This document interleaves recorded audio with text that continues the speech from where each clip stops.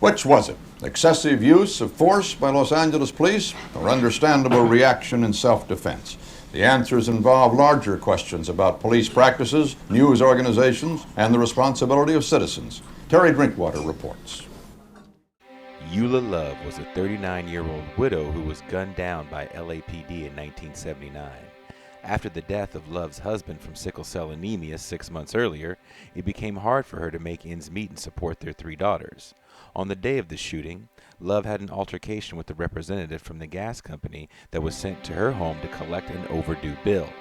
After Love went to a store to cash a check to pay the bill, Love got home to find another person from the gas company who had called the police on her. Frustrated, Love went in her home and came out with a butcher knife.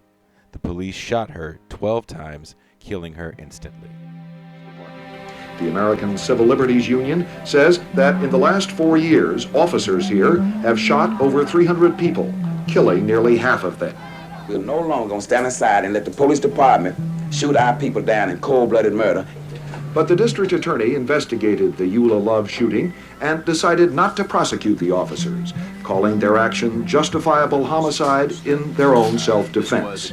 Police Chief Darrell Gates. I think it's about time that we say something about the responsibility of people in this community not to solve their problems with violence, because violence begets violence.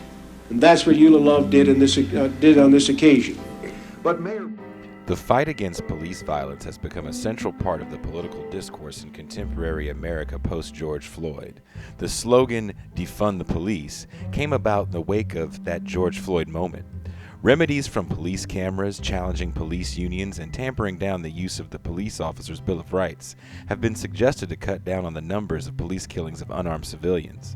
But there are institutional mechanisms that entrench police representation in the upper echelons of municipal governments that also have a strong role in providing cover for police when they abuse their power and cause harm to civilians. In this episode, we will ask, how does municipal politics help shield police from accountability? This is Revolution. Mayor Bradley's police commission concluded just the opposite, saying the officers were premature in drawing their weapons. Chief Gates says that finding devastated morale in his department. And in defense of his men, the chief has gone on the attack, suggesting there's a conspiracy against those who uphold law and order. In a closed-circuit TV address to the department, he placed the blame generally on the media. We don't need a problem because we know what all that's going to mean. You would need somebody else to rubber stamp and stuff. We don't need this guy. We ain't down here talking about no high positions and stuff like that. The people going to get justice, and it's going to be in the street.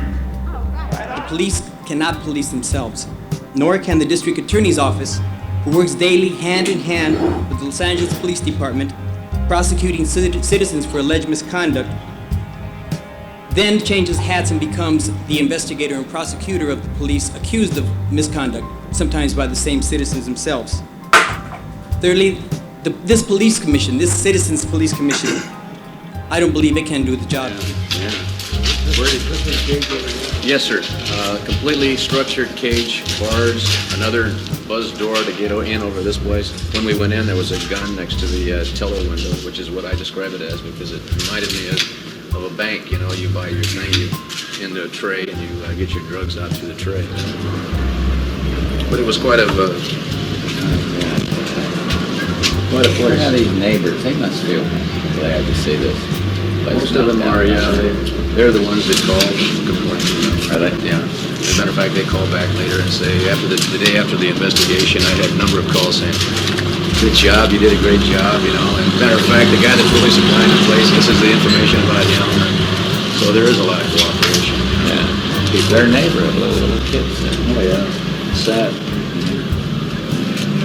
You know, kids see the kid going by every day, and the kids see it. They want something done. Yeah. They let us know. Then we have to be real careful because we can't let anybody know. Otherwise, their life. Plus, the message that people that run this place are making is that, you know, we know you know we're here, but you can't get in to get us. You know, and that just is unacceptable as far as I'm concerned. Vice President Coase, having looked at this, seeing what the local police did, what can a president do about this? Well, I'm going to be speaking about that in a little bit and later on, too. As some very good ideas today from a lot of the people that are out on the front lines in this fight. How does this tour, though, influence your ideas? Well, it influences my ideas because I'm talking to people that are actually out there waging the battle. And you learn from it, and it brings it home dramatically, whether it's the chief of police or whether it's a guy out here making this kind of a bust and break-in, physically coming in to relieve a neighborhood of this kind of filth. I mean, you can't help but feel that way. Anybody that has practical experience, you learn more from that. And it's not show business, it's trying to learn and understand and then take action. And that's what I want to do if I'm elected, and this is extraordinarily helpful to me. That I'm not sure we were heard on, and I want to make this clear, but it is our point that there's no reason for the police department to be fearful of input from our community. That alone shows a lack of a proper understanding of the role our community should play in the policing of our community.